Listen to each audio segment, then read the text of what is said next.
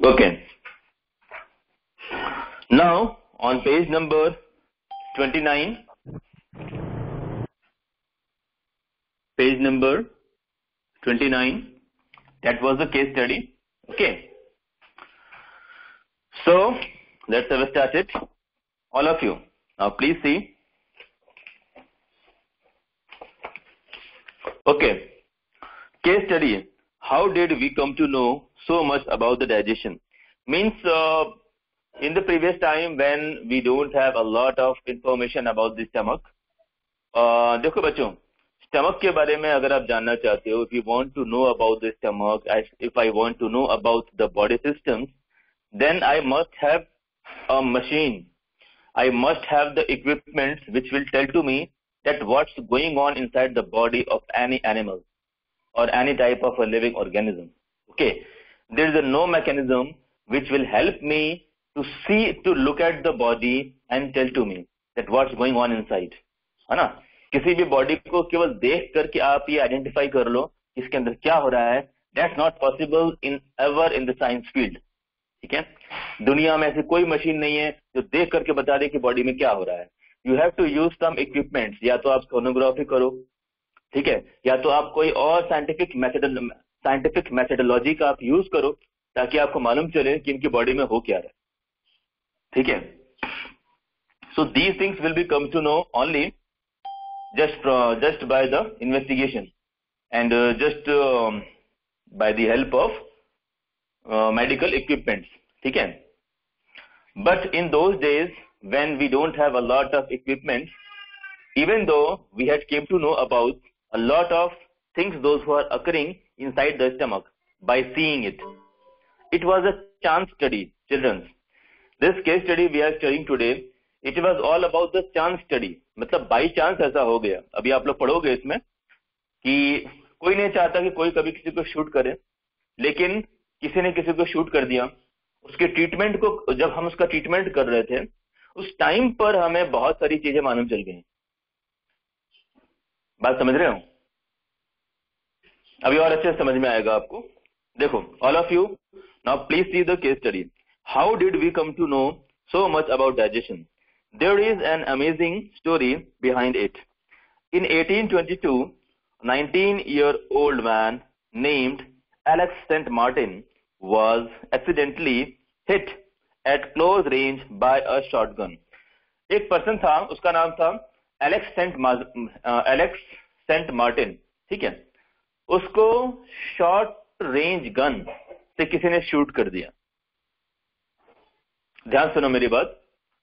There was a person whose name was Alex St. Martin. उस person को किसी और पर्सन ने शॉर्ट रेंज गन मतलब काफी पास से मारा है, काफी पास से उसको शूट कर दिया. और शूट कहां पे किया? स्टमक में. ठीक है. चेस्ट में या हाथ पे या पैर में या सिर में शूट नहीं किया, बट शूट कहां किया? स्टमक में किया. ओके, अच्छी बात. ठीक है, देखो आगे देखो. Dr. William Benmont, who treated him, was very surprised when St. Martin survived. उसको ट्रीट करने वाले जो डॉक्टर्स थे, मार्टिन का इलाज जो डॉक्टर्स कर रहे थे, now they were very very surprised कि मार्टिन जिंदा कैसे बच गया. इतनी पास से आपने किसी को शूट किया है और शूट करने के बाद भी अगर वो पर्सन सर्वाइव कर जाता है, then it's very very hard to you to accept कि हम मतलब इसको इतना शॉर्ट रेंज से गन से शूट किया लेकिन फिर भी ये पर्सन सर्वाइव कर गया. ठीक है ना. तो इस बात को देख करके the doctors will always feel proud on themselves कि अगर वो किसी भी पेशेंट की जान बचा पाते हैं, then they will always feel proud on themselves. ठीक है. But the chances was very very less, but even though the Martin was survived. ठीक है. Accidentally, Dr. William, who treated him, was very surprised when St. Martin survived. वो बहुत ज्यादा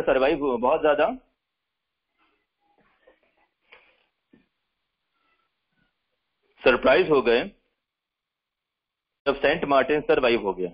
अच्छा. Now all these wounds healed except for one hole that did not heal for years. Wounds का मतलब क्या होता है बच्चों?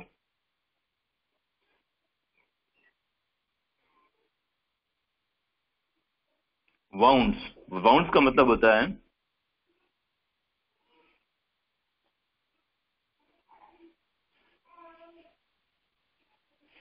ठीक,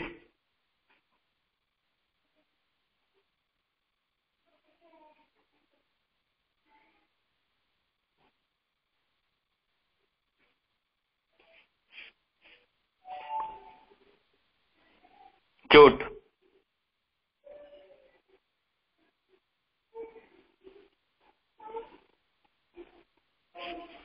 ओके। बेटा मेरी आवाज आ रही है ना आप लोग को? Yes sir. तो वाउंड का मतलब क्या है? That was the injury and चोट।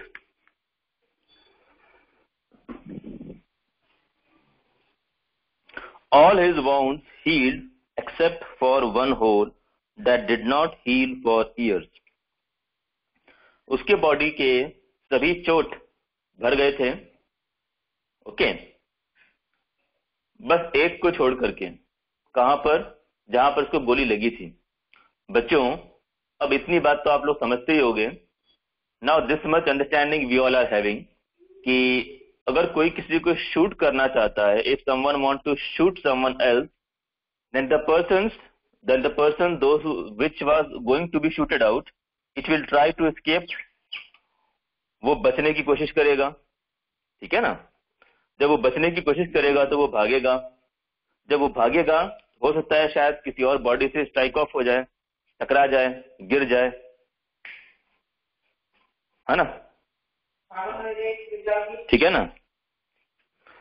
तो उसकी बॉडी की जो और वॉन्ड थी और जितनी भी चोट थी वो सब ठीक हो गई, लेकिन एक इंजरी रह गई।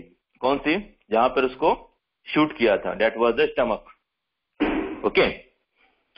All his wounds healed up except for one hole that did not heal for years, ठीक है। The inside of the stomach could be seen through this hole. It's very very important line, देखो तो, the inside of the stomach could be seen through this hole. Martin को short range gun से shoot किया गया था उसके stomach में गोली मारी थी। तो वहां पर ट्रीटमेंट करने के बाद मार्टिन के स्टमक का मटेरियल बाहर ना आ जाए, या जब कभी भी वो खाना खाए तो उसका खाना या खाने से जुड़ा हुआ कोई भी मटेरियल स्टमक के बाहर ना आ जाए, इसके लिए डॉक्टर्स ने मार्टिन का ट्रीटमेंट किया। और ट्रीटमेंट करने के बाद उसको हम ऐसी कंडीशन में लेके आ गए कि उसके स्टमक का मटेरियल उस होल के थ्रू बाहर नहीं आएगा, ठीक। लेकिन उस चोट को भरने में अभी वक्त लगेगा। जैसे बच्चों कई बार आप लोगों को चोट लगती है तो चोट लगने के बाद वहां से ब्लड आना बंद हो जाता है। जब आप ट्रीटमेंट करते हो इन दी प्राइमरी ट्रीटमेंट, वहां से ब्लड बाहर निकलना बंद हो जाता है, लेकिन इसका मतलब ये तो नहीं कि वो चोट ठीक हो गई। फिर भी अगर आप उसको टच करते हो तो हमें पेन तो होता ही है ना, ठीक है ना? तो this is what the same condition that was being existing with the Martin, that the Martin was being recovered in the sense of life. The life was not in danger. The life was secure. But the hole which was being created in the stomach because of the shooting, that was not being healed up. और वो healed न होने की वजह से वहां से Martin के अंदर, मार्टिन के स्टमक में जो भी कुछ हो रहा था वो सब कुछ साफ साफ दिख रहा था और दिखता था, ठीक है। So now the Martin has become a very very good case study for the doctors. तो डॉक्टर्स मार्टिन के उसी होल में से देखते थे कि जब मार्टिन खाना खाता है when the marten used to take food, after taking food, what happens in the stomach? Stomach में क्या क्या होता है? ठीक है. Then they come to realize all these processes. कि खाना खाने के बाद वहां पर पेरिस्टाल्टिक मूवमेंट होगा, जो फूड होगा वो HCl और पेप्सिन के साथ मिक्स होगा. ठीक है. Excuse me. वो HCl और पेप्सिन के साथ मिक्स होगा. तो HCl और पेप्सिन के साथ मिक्स होने की वजह से उसका डाइजेशन होगा. ये सारी बातें डॉक्टर्स को उस जमाने में मालूम चल गई because of the hole which was created in the stomach of Martin. ठीक है. Now doctor Beaumont study this case and discovered many facts about the process of digestion. तो उसका ट्रीटमेंट करने वाले डॉक्टर्स ने उस होल के थ्रू स्टमक में होने वाले बहुत सारे प्रोसेसेस को ऑब्जर्व किया. The doctors, those who was doing the treatment of Martin, they all used to see inside the stomach with the help of the hole, and they ultimately come to know about a different types of the processes which was not being seen, not being expected, not being known by anyone. Am I clear? Yes, sir. बेटा एक minute, जरा गले में खराश हो रही है. एक मिनट. हाँ,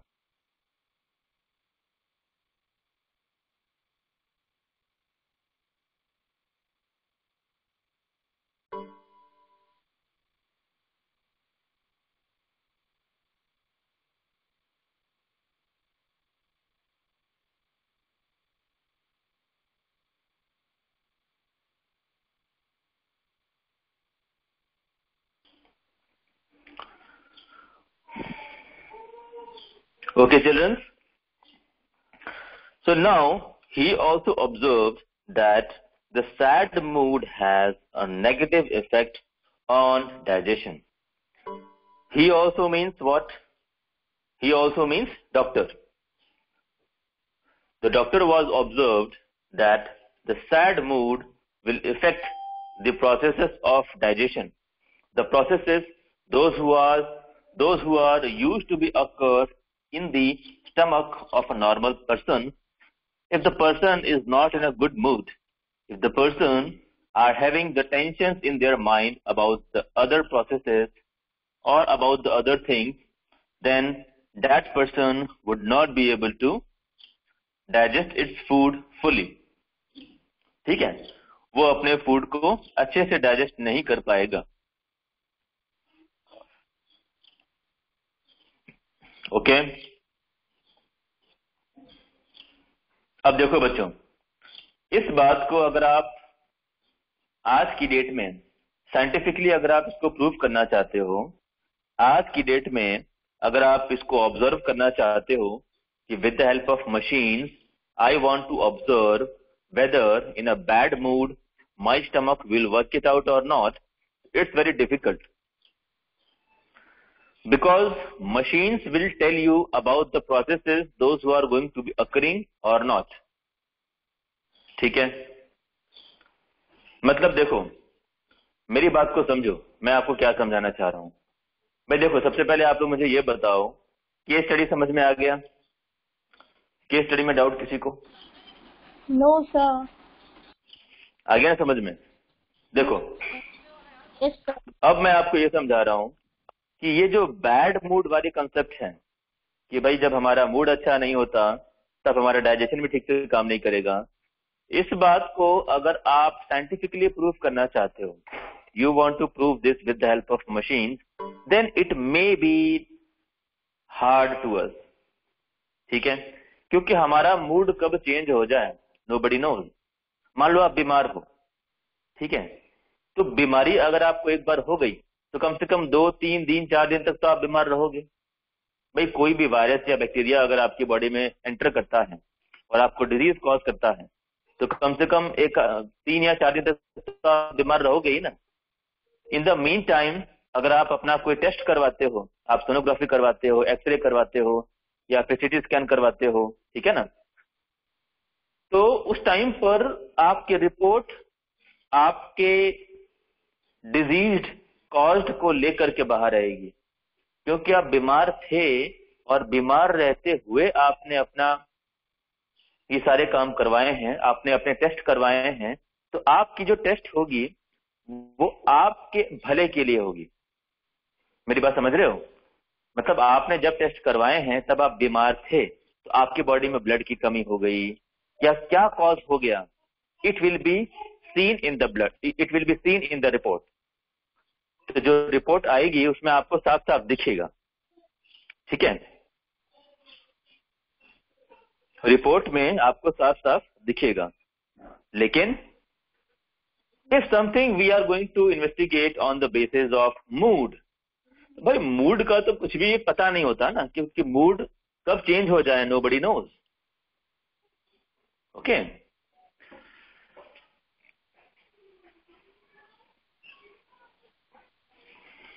अभी आपका मूड खराब है, ठीक, अभी आधे घंटे बाद ठीक हो जाएगा।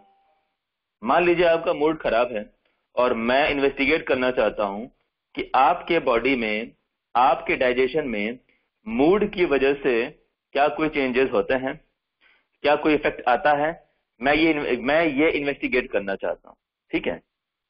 आपका मूड अभी खराब है, मैं आपको लैब में लेके जाऊंगा, है ना,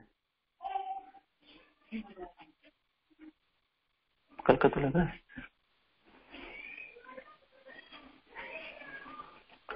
अगर आप मान लीजिए मैं आपको लैब में लेके जाऊं कि चलो भाई चलो चलो चलो फटाफट, अभी मैं आपकी स्टमक के अंदर की जो सिचुएशन है मैं उसको देखूंगा, ठीक है ना, चलो चलो अभी मैं सोनोग्राफी करूंगा और सोनोग्राफी करके आपके स्टमक में क्या चल रहा है मैं उसको जानना चाहता हूँ, ठीक।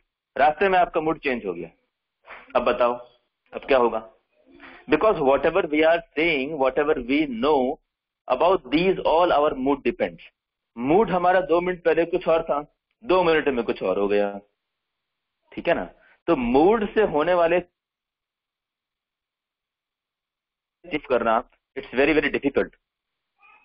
क्यों? क्योंकि ये ज्यादा देर तक अपने आप को मेंटेन नहीं करता, ज्यादा देर तक अपने आप को मेंटेन नहीं करता है, इसीलिए। बात समझ पा रहे हो मेरी या नहीं बच्चों? Yes, sir.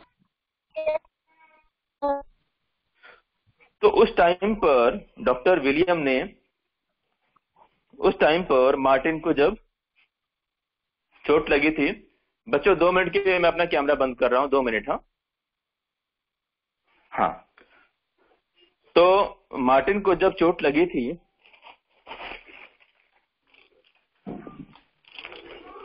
मार्टिन को जब चोट लगी थी तो उस टाइम पर डॉक्टर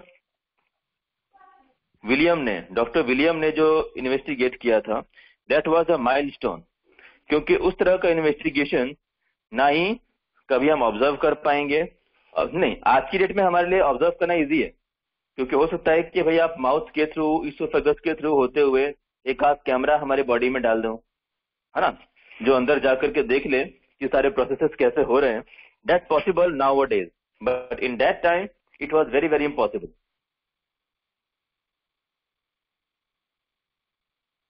लगा पाओगे सोचो कि मैं टेस्ट की रिपोर्ट कर लूं, है ना, रिपोर्ट के बेसिस पर मैं ये डिसाइड कर लूं कि हाँ इसको क्या हुआ है क्या नहीं हुआ, इसके स्टमक में क्या हो रहा है क्या नहीं हो रहा है, इट्स वेरी वेरी डिफिकल्ट।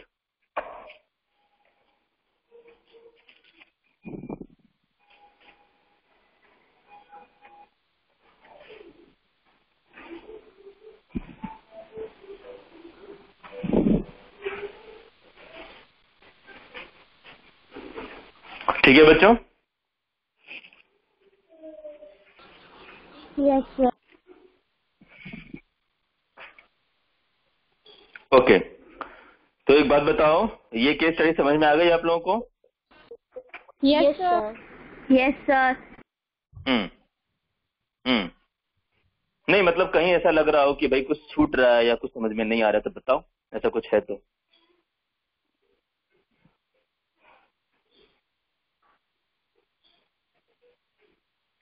नहीं है ना ऐसा?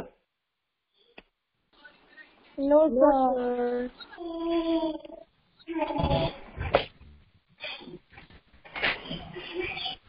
सर हमें फैक्ट करनी है। क्या बेटा? फैक्ट फाइल एक्सरसाइज, हाँ बेटा कर लेते हैं। अभी बचे हुए टाइम में क्या करेंगे? अभी अगर आप लोगों को कुछ डाउट्स वगैरह है तो बताइए, डाउट्स वगैरह कर लेते हैं, अदरवाइज डाउट्स नहीं है तो एक्सरसाइज कर लेते हैं। बाकी मैं तो पीडीएफ भेजूंगा ये आप लोगों को।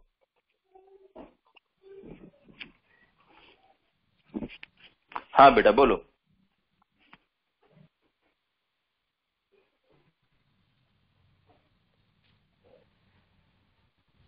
बोलो बेटा, कुछ बोलना चाहते हो आप?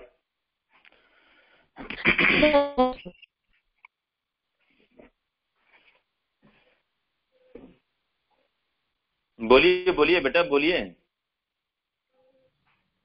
No sir, then your voice at that time your voice is not coming and now it's coming.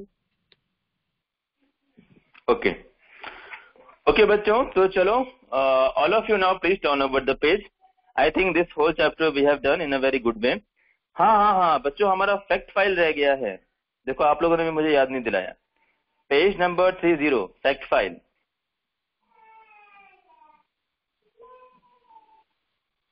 है ना,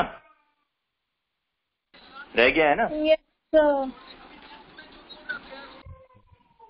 ओके देखो लेट्स डिस्कस। जो ब्लू बॉक्स में क्वेश्चन दिया है इसके बारे में तो मुझे श्रेया ने आंसर दिया था और बाकी सारे बच्चों ने उसमें उसको कंफर्म किया था कि हाँ आंसर जो है श्रेया का आंसर बिल्कुल सही है। ठीक है, शायद कल मैंने पूछा था शायद आप लोगों से। ठीक है, so that was the thing. Now today we are going to do the fact file. Okay, so those who have joined just now, जो अभी अभी ज्वाइन हुए हैं, मैं उनको बता दूं कि on the page number 30 we are going to do the fact file. Page number 30, that was the fact file. Okay, all of you now see. Fact file का क्या कंसेप्ट है बेटा? ये आप लोगों ने कई बार देखा होगा, कई चैप्टर्स में रहते हैं, 6th स्टैंडर्ड में भी थे। चलो तो ये क्या है फैक्ट फाइल, मतलब क्या बताना चाहते हैं ये लोग आपको? They want to tell you, they want to give you the some very very good information. They think that we don't have this, मतलब ये हमें कुछ ऐसा बताना चाहते हैं जो इनको लगता है कि हमें नहीं पता है ना, हमें इसके बारे में कुछ नहीं मालूम है। These are the things they want to tell to all of us, है ना? This is being called as a fact file. चलिए अब देखते हैं ये क्या बताना चाहते हैं भाई। All of you now please see. Cow, अच्छा, the cow makes 4,000.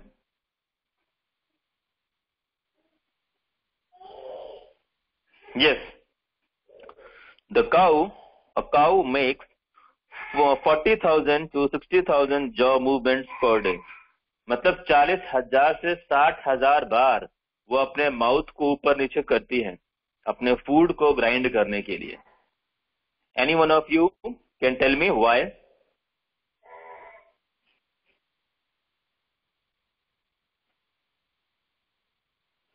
बेटा मेरी आवाज मिल रही है आप लोगों को?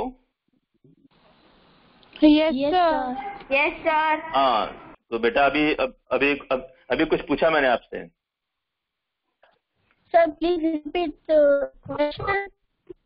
I had asked to all of you that just now in the fact file you all come to know that the cow will do 40,000 to 60,000 jaw movements. Cow will do 40,000 to 60,000 jaw movement, मतलब 40,000 से लेकर 60,000 बार वो अपने mouth को खोलती और बंद करती है। ठीक है, तो क्यों ऐसा करती है, क्या मिलता है उसको ऐसा करने से? What type of benefit the cow will get because of this? मजा आता है या एंजॉय करती है? No sir, क्या होता है? because of they choose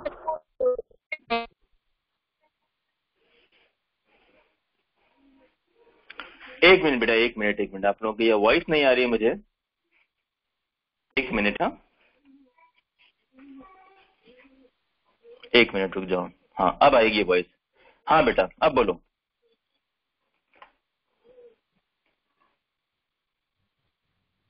Because they choose food.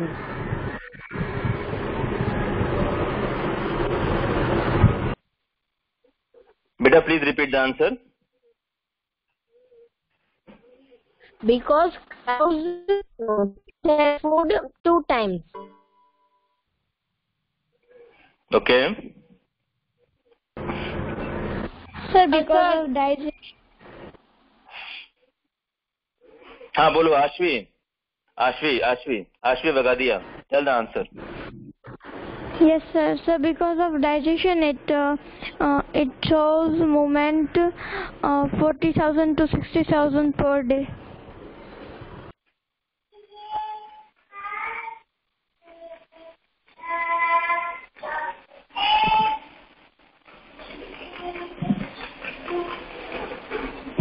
Okay चलो कोई बात नहीं, आवाज नहीं आ रही आप लोग की मुझे, चलो कोई बात नहीं।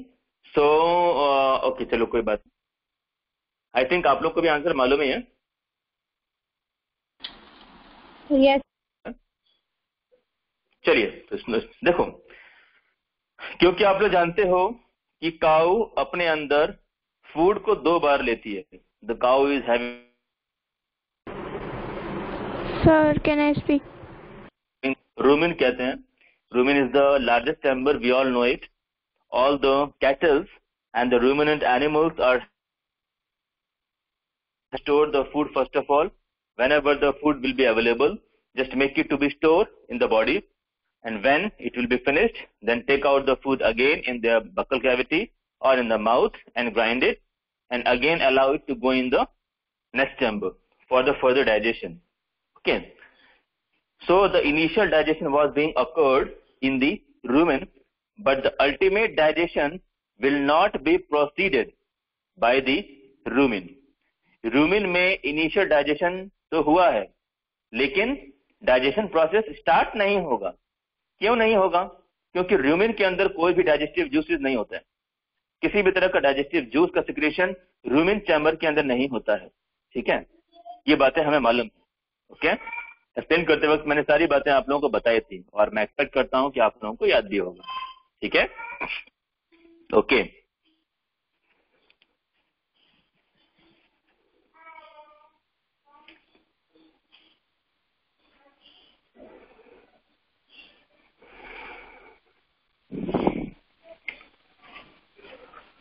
तो बच्चों यहाँ पर क्या होता है कि जब फूड अवेलेबल था, जब काऊ या बफेलो फूड को ईट कर रही थी, उस टाइम पर उन्होंने फूड को ग्राइंड किया, और ग्राइंड करके फटाफट फूड को रूमेन में भर लिया। तो at that time they have done the movement of jaw. Then again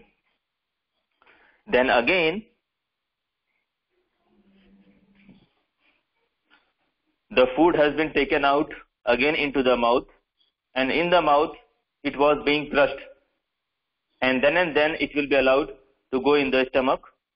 Then again they have to move their mouth. Okay, at once first time when the food was taken inside, at that time the mouth was needed to be crushed. So at that time the movement of the mouth was being there. Now again the food has been allowed to come in the buccal cavity for its grinding, for the grindness, for the one more grind, and then after the food will be allowed to go in the ultimate chamber. That was the reticulum, from where the path for the ahead digestion will be proceeded. Okay, so what we are seeing here, that the cow need to grind its food 2 times, है ना। Cow को अपना mouth 2 बार grind करना पड़ रहा है।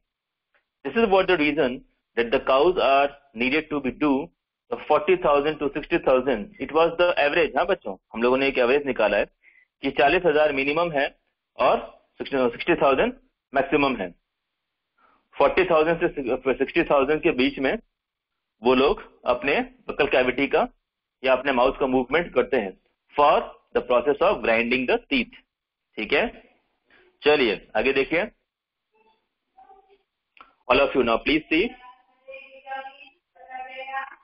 The process of digestion in a cow takes 70 to 100 hours as compared to 2 to 24 hours in the humans.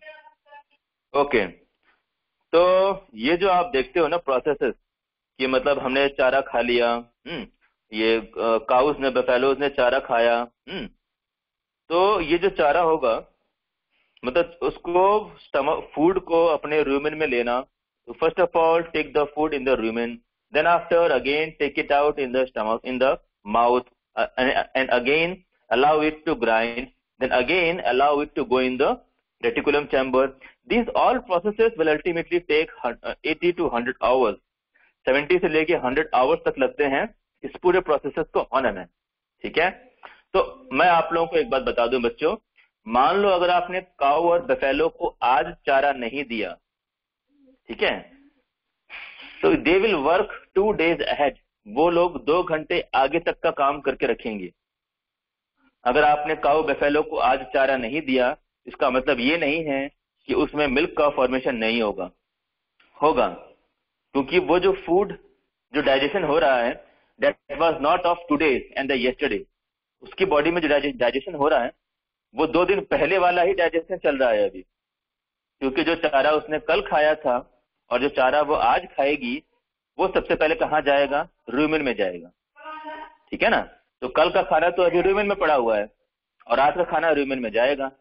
परसों का जो खाना था जो उस काऊ और बफेलो ने खाया था वो उसके रेटिकुलम में जाएगा और फर्दर डाइजेशन होगा. तो डाइजेशन होने की वजह से मिल्क का फॉर्मेशन होगा तो वो दूध देगी. तो बच्चों एक बहुत बड़ी बात यहाँ पर निकल के बाहर आ रही है, वो ये कि काऊ को अगर आप खाना पीना देना बंद कर दोगे तो तुरंत वो दूध देना बंद कर देगी, ऐसा नहीं है. The cow will take a time. Okay? The process of digestion in a cow takes 70 to 100 hours as compared to 2 to 24 in the humans. ठीक है. So this, however, permits them to obtain as much nutrition as possible from the plant material. So this, however, permits them to obtain as much nutrients as possible from the plant material. So food ज़्यादा देर तक, the food will retain in the body of cow and the buffalo, in the cattle. So the food will get the maximum chance.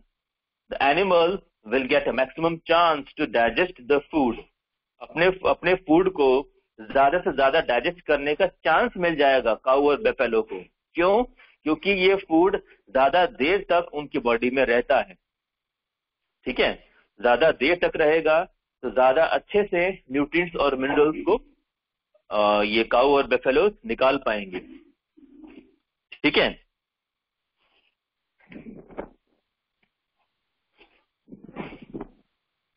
ठीक है बच्चों, बात clear हो रही है? Yes sir. Yes sir.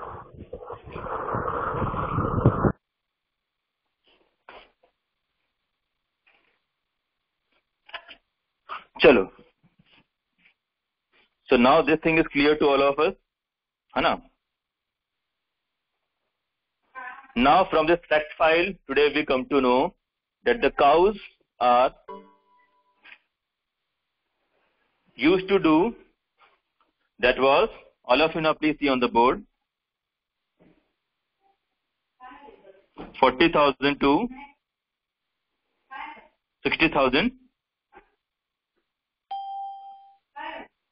jaw movement. Okay, they will do 40,000 to 60,000 jaw movement. Okay, and the digestion will take near about to be 70 to 100 hours as compared to the human beings. अगर मैं human beings की बात करूं तो उनकी body में maximum जो होगा वो 2 से नहीं 6 से लेकर के, देखो आपकी जो टेक्स्ट फाइल में दिया है, इसमें फैक्ट फाइल में दिया है दैट वाज 2 to 24 आवर. इसके कंपैरिजन में काऊ का रेंज बहुत ज्यादा है. काऊ के अंदर डाइजेशन होने में ज्यादा वक्त लगेगा और ये काऊ के लिए अच्छी बात है ना। ज्यादा टाइम लगेगा तो ज्यादा से ज्यादा न्यूट्रिएंट्स और मिनरल्स वो एब्जॉर्ब कर पाएगी।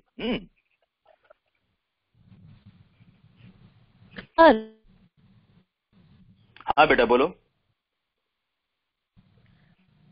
वो जो खाना खाती थी खाया तो वो कहाँ जाता है? वो जो खाना खाती है वो कहाँ पे जाता है? क्योंकि वो उसके पहले का तो डाइजेशन नहीं हुआ है ना। हाँ, जैसे मान लीजिए कल का खाना खाया हुआ है, ठीक है, तो वो स्टोर रहेगा कहाँ पे? रूमिन में। जब जब उसको भूख लगेगी तब तब रूमिन से निकालेगी, उसको ग्राइंड करेगी और ग्राइंड करने के बाद रेटिकुलम में डाल देगी। क्योंकि आप जानते हो कि rumen is the biggest chamber. Why? Because it will be used to store the food. ठीक है, काऊ या बफेलो या फिर कैटल्स उसका यूज करते हैं फूड को स्टोर करने में। इसीलिए वो बड़ा होता है। जैसे हमारे घर में स्टोर रूम होता है ना बेटा, जैसे मान लो हम चावल दाल 50 केजी राइस और 50 केजी व्हीट ले आते हैं मार्केट से परचेज करके, और उन सबको स्टोर रूम में रख देते हैं। फिर जब जब हमें जरूरत पड़ती है तो क्या मार्केट जाते हैं लेने के लिए? नहीं ना, हम अपने स्टोर रूम से निकालते हैं। ठीक है, स्टोर रूम से निकालेंगे, उसको आटे में कन्वर्ट करेंगे, उसको फ्लोर में कन्वर्ट करेंगे और उसको अपनी कन्वीनियंस के अकॉर्डिंग यूज करेंगे। ठीक है ना। तो यही काम काऊ और बफेलो भी करते हैं। ठीक है, लेकिन हाँ, उनका जो स्टोर रूम है वो रूमिन होता है। ठीक है, ठीक है बच्चों। चलो, और कोई क्वेश्चन है? Sir, I have typed the question in chat box. अच्छा, you have write question in the chat box. Okay, मैं देख लेता हूँ।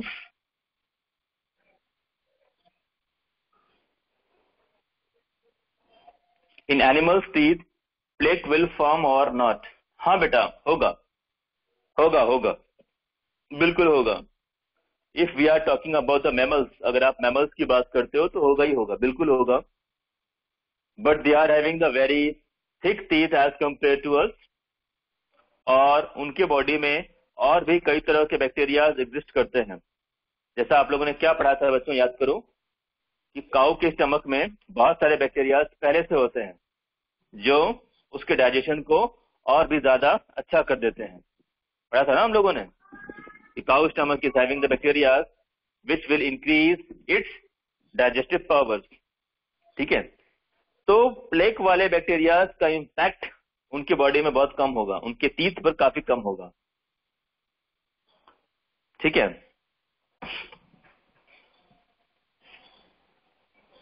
होगा बेटा, होगा होगा। आपका जो क्वेश्चन है वो बिल्कुल सही है, होगा।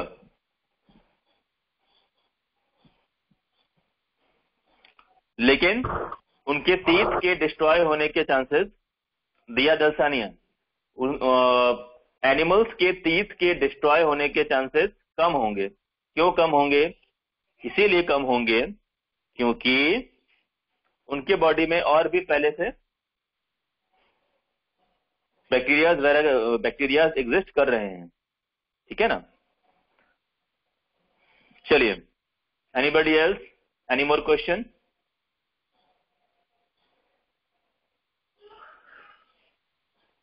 Anybody else want to ask the questions, children?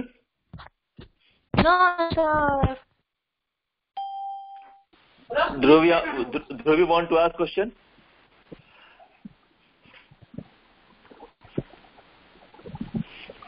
Dhruvi, you want to ask question?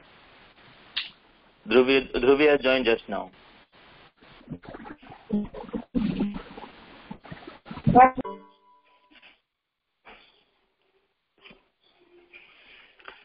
चलो तो ठीक है बच्चों।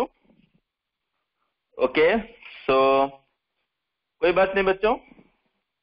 तो आज हम लोगों ने यहाँ तक फिनिश कर लिया, और आपका जो होमवर्क होगा, आपका होमवर्क क्या होगा? Your homework will be to learn your body parts. Figure number 2.4. All of you please open the figure number 2.4. Figure number 2.4 को सभी लोग ओपन कीजिए.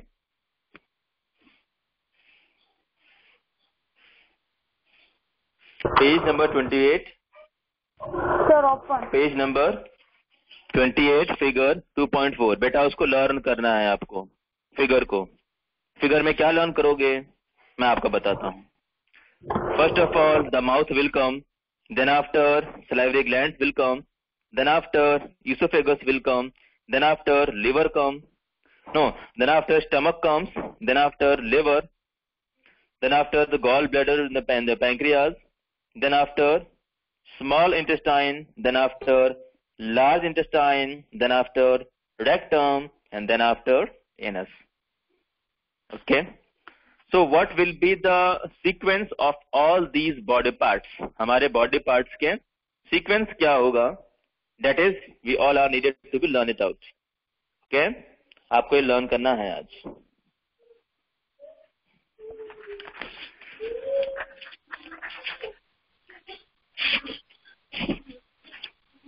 ठीक है बेटा?